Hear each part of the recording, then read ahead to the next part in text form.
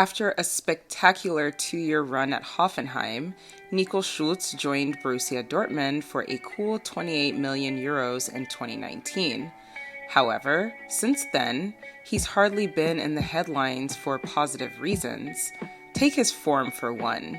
He never found his footing in the left-back position, and progressively, he fell to second, then third, then fourth choice. These days, he's not even on the bench. And now, he's primarily known for dating Brad Pitt's ex-girlfriend, 29-year-old Nicole Polczarowski, and for allegedly beating an ex-girlfriend while she was pregnant. Hi everyone, welcome to the Footy Girl channel where this girl talks everything football or soccer.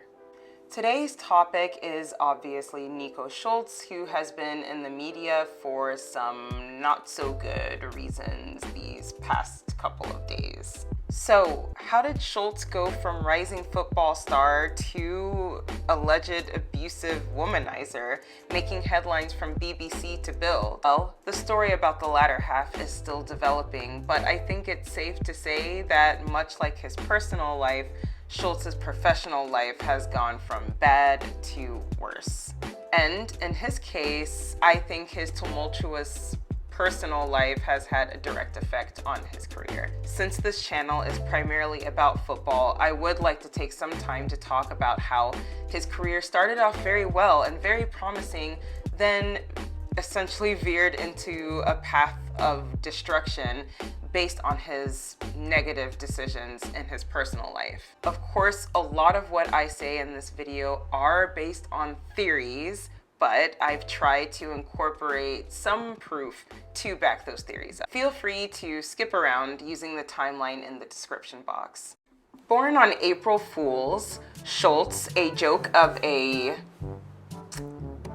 I'm sorry, I had to.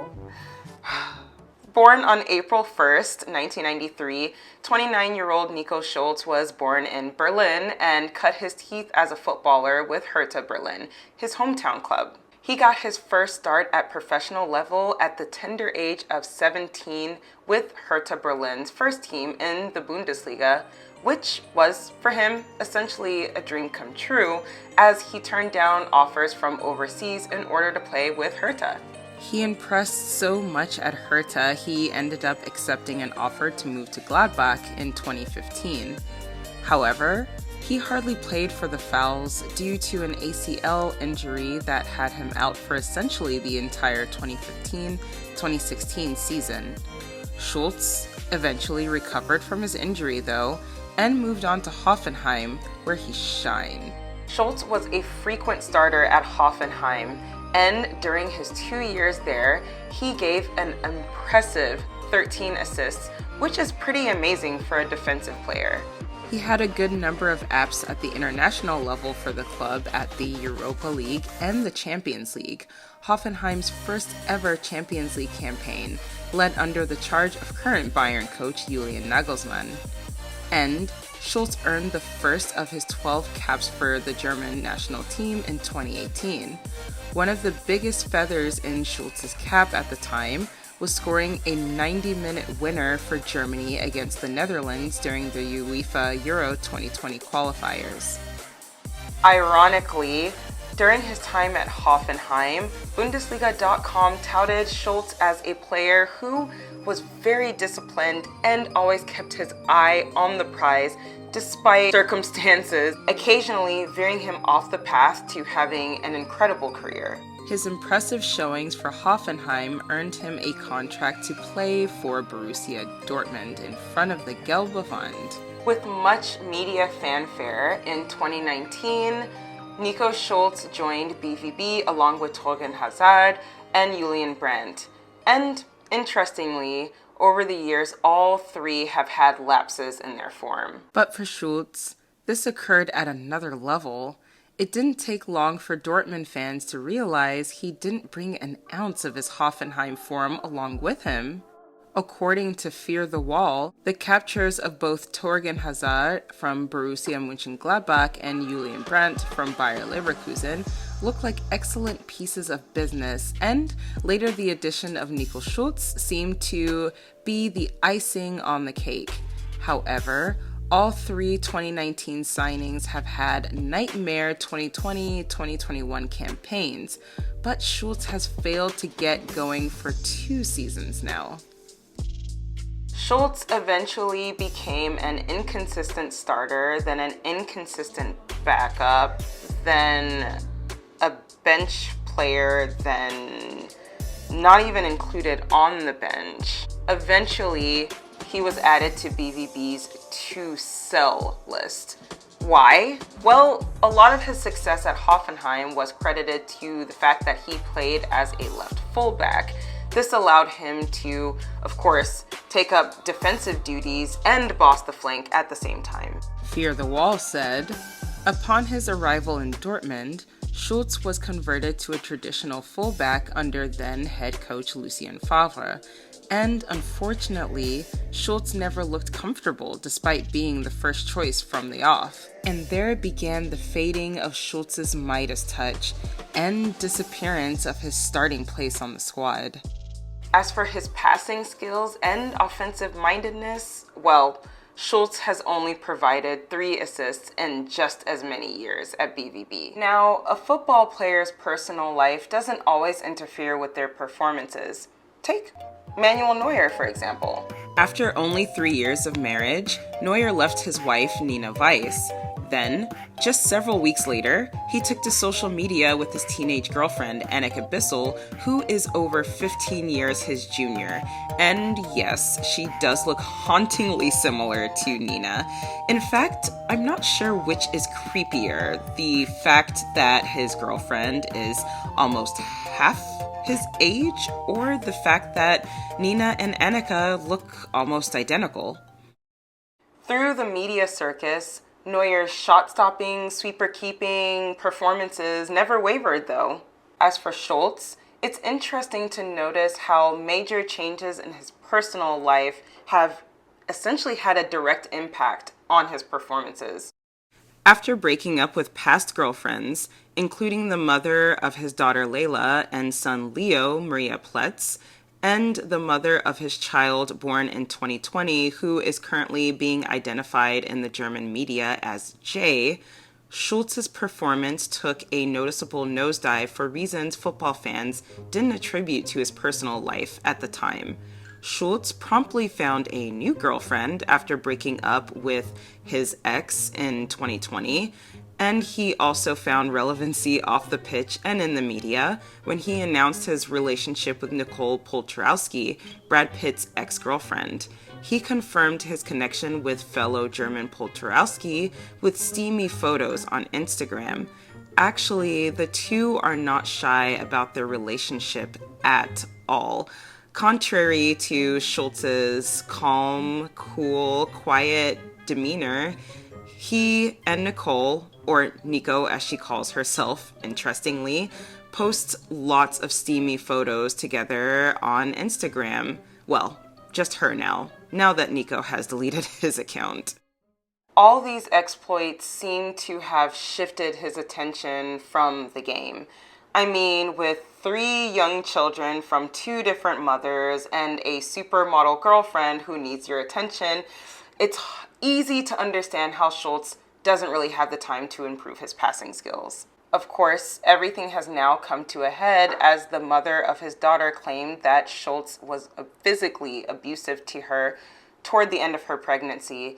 In fact, according to the Dortmund prosecutor's office, she claims that Schulz had abused her physically many times during 2020, allegedly. On August 7th, Dortmund released a statement which read in part, Borussia Dortmund took yesterday's media reports regarding criminal allegations concerning Nico Schulz's private life as an opportunity to immediately seek dialogue with the player and his advisors. The player denies the criminal charges against him. Nico Schulz has informed us that he will defend himself against these allegations with the help of a lawyer and that he will also claim the presumption of innocence.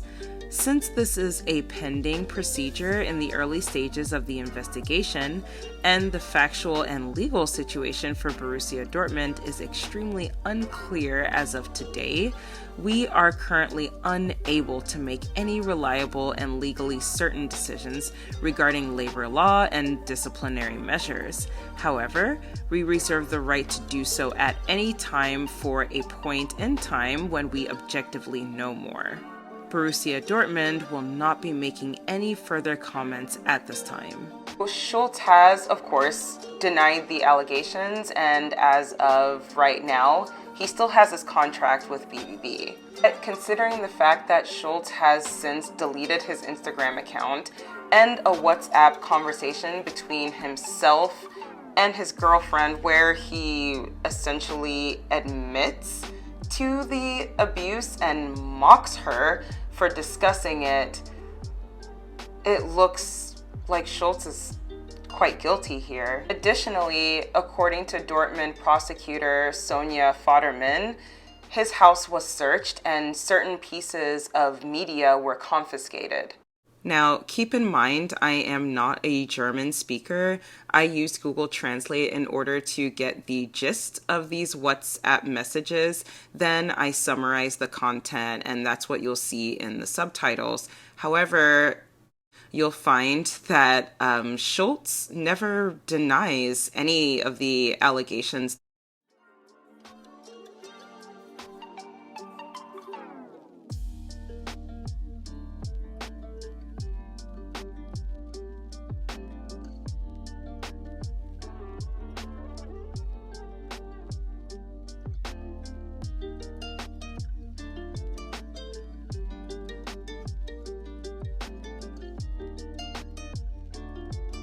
His insensitive, quote-unquote, apology to his ex screams of guilt. Additionally, his cool, calm demeanor that he's shown fans over the years now throws major question marks. He's been so soft-spoken, you can barely hear him in interviews sometimes. Dein Vater ist Italiener. Welche typischen italienischen Eigenschaften hast du denn? Ich kann auch viel Temperament haben, wenn ich sauer werde oder mir was nicht passt. Auf dem Platz versuche ich mich meist zurück. Zu dem Zeitpunkt wahrscheinlich den neuesten Song von Drake dann auch wünschen. Von Drake? Meist dann schon. Bist du denn einer, der dann die Texte auch kann und mit rappt oder mit singt oder so? Also für dich jetzt nicht unbedingt klar, aber... Für mich, ja, schon. So laut singen, nee, ist nicht so meins. Ja, sehr gut. Muss ja auch nicht immer laut sein. Kann ja auch mal ein leises Gespräch beim Kaffee sein. Generally, these allegations, in tandem with his lack of effort and performance as a footballer, honestly implies that Schulz's career is all but finished. So, do I believe Schulz is guilty? There's a high possibility. However, these claims of abuse are all alleged, so it's irresponsible to label him as an abuser at this time. Officially, at least. What I do believe is that Schulz hasn't taken his career seriously since joining BVB. Yes, Favre did not play him in his preferred position, but that's no excuse for his lack of effort.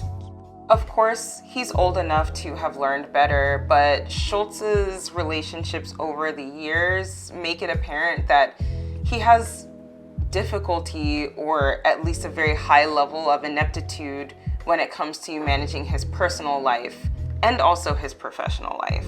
All in all, if Schulz is interested in recovering his football career, I hope he does so elsewhere and not at the expense of BVB. The difficulty for Dortmund, however, is the fact that even if other teams wanted to buy him, they most likely wouldn't be a top-tier team. And this is important because only a top-tier team could pay Schulz his 100,000 euro a week salary. It's more likely that lower level teams would be interested in his services, but they wouldn't be able to foot the bill. So essentially, at least for now, I guess, unless they decide to dissolve his contract based on what comes out of this current case that he's contending, Dortmund kind of has to deal with him as dead weight.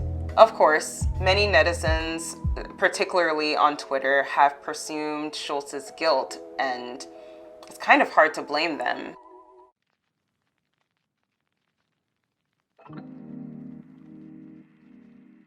However, there's another faction of netizens that stick strongly by Unschuldsvermutung, or the presumption of innocence. They believe that people should not believe these allegations as they haven't been proven in a court of law. To a degree, this is true. However, I don't believe that Schulz is beyond criticism in regards to his personal relationships. So, in that sense, Nico Schulz's reputation has already been sentenced to death and executed. As for his career, well, only time will tell. I'll leave you with some unfortunate statistics, particularly because the abuse that allegedly was afflicted against Schulz's ex happened in 2020, in the thick of COVID lockdowns. 1 in 3 women suffer some type of domestic abuse, and during COVID lockdowns, the abuse against women intensified. This was also known as the shadow pandemic. In Germany, specifically, domestic abuse cases rose by a staggering 5% during the first year of the pandemic. This is a serious matter, and I hope the Dortmund prosecutor's office takes their investigation seriously. Not to find Schulz guilty, but to expose the truth. If you or someone you know has experienced domestic abuse, please contact authorities immediately or consult the resources listed below in the description box. So what do you think about Nico Schulz's predicament? Do you think there's any way within all of this for him to somehow recover his career? Do you believe that BVB should proactively dissolve his contract regardless of whether or not the Dortmund prosecutor's office finds him guilty? Please let me know what you think below in the comments. And of course, as always, if you'd like to hear more football analysis videos, please hit the subscribe button, the bell, and click like on this video. Also, please follow me on my socials. I am on Twitter, Instagram, and TikTok, so I'll see you there, and I'll see you here next time. Thanks for watching, guys. Bye.